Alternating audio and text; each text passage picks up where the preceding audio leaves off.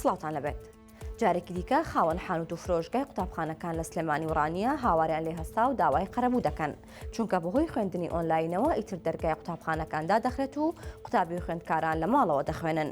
ئەمڕۆ لە سلێمانی و ڕانیە ژمارێک لە خاوەن فرۆشگای قوتابخانەکان لە بەردەم پەروەردە گرت بوونەوە.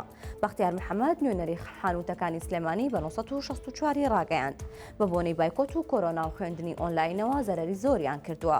تەنانەت بە قسەی ئەو لە 2015ەوە لە زەرەردان. وتیشی لە 180 پارەمانداوە و 120 قەرەبوو کراوینەتەوە.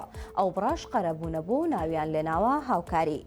هەروەها بەشدار حەمەد کە خاوەن فرۆشگای قوتابخانەیە لە ڕانیە بە 1964 وت ئەگەر قەرەبوو نەکرێنەوە متمانەمان بە حکومەت نامێنێ و ساڵێکی دیکە وەری ناگرینەوە. بەهۆی هێرشی درۆنی بۆ سەر کوردستان وەزارەتی پەروەردە و خوێندنی باڵا بڕیاریان داوە خوێندنی ئەمساڵ ئۆنلاین بکرێ و دەرگای قوتابخانە و زانکۆکان دادەخرێت. نەبوونی غازی ماڵان کێشەی گەورەی بۆ هاوڵاتیان دروست کردووە و بۆڵەبۆڵی هاوسەرەکانیشی لێ کەوتۆتەوە. ئێستا خەڵکی شارەکانی کوردستان بە ئۆتۆمبیلیان بەپێ بەدوای ئۆتۆمبیلی غازدا ڕادەکەن یان ناچارن سەرەی غازدا بلێن و بە دیاریەوە ئێشک بگرن. اینجا غازەکە نایەت یان دێت و بەشی هەمووان ناکات. قسە و قسەڵۆکی زۆریش لەبارەی شێوازی دابشکردن و مامەڵی بریکارەکانی غاز هەیە. لە دارەتووی هەولێر لە شەوی ڕابردوو هاوڵاتیان سەرەیان بۆ غاز گرتبوو. قاسم کاکل هاوڵاتی و بە 1964 وت بوتڵەکەی لە 12 شەوە لە سەرداداناوە بە زنجیر بەستاوێتەوە بە تەمایخوا چاوەڕێن سیارەی غاز بێت. 1964 هەوڵیدا لەگەڵ لایەنی بەرپرسی غاز و سوتەمەنی قسە بکات بەڵام ئەوان هیچ ئامادە نەبوون ڕوونکردنەوەیەک بدەن.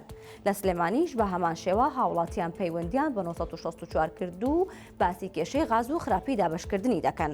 شەوی ڕابردوو ژمارێکی زۆر هاوڵاتی تا درنگ لە چاوەڕوانی وەرگرتنی غازدا لەسەردا بوون.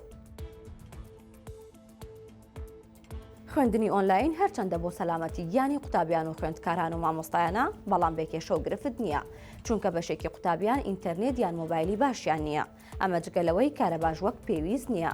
وەزیری خوێندنی باڵا و توێژینەوەی زانستی کوردستان لای خۆیەوە بە نووسراوی ئارام محەممەدی وەزیر داوای لە وەزارەتی گواستنەوە گەیاندن دەکات کۆمپانیەکانی ئینتەرنێت ئاگادار بکرێنەوە بۆ ئەوەی یارمەتی پرۆسەی خوێندنی ئۆنلاین بدەن بۆ ئەمەش ئۆفەری هەرزانی ئینتەرنێت پێشکەش بکەن.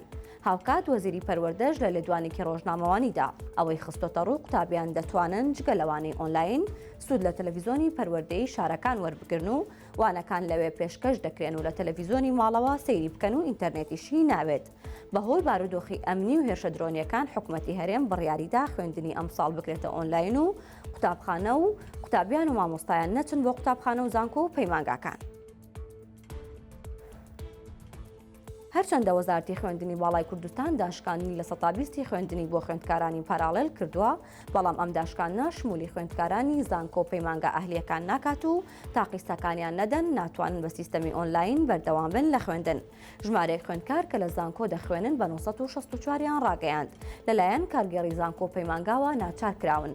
ئەگەر قستی خوێندن نەدەن ئەوە ناچن ناو تاقیکردنەوە و داخلی سیستەمی ئۆنلاین نابن بەبێ ئەوەی ڕەچاوی بارودۆخی ئێستای کوردستان و خوێندکاران بکەن.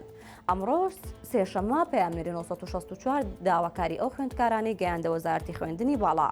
عەباس ئەکرەم وتەبێژی وەزارەت بە 1964 وت تا ئێستا هیچ بڕیارێک نییە بۆ داشکاندن بۆ زانکۆ پەیمانگا تایبەتەکان و هەر بڕیارەکە بێ ڕاستەوخۆ بڵاوی دەکەنەوە و دەبێت زانکۆکان پابەند بن پێوەی. هەر شاد بن.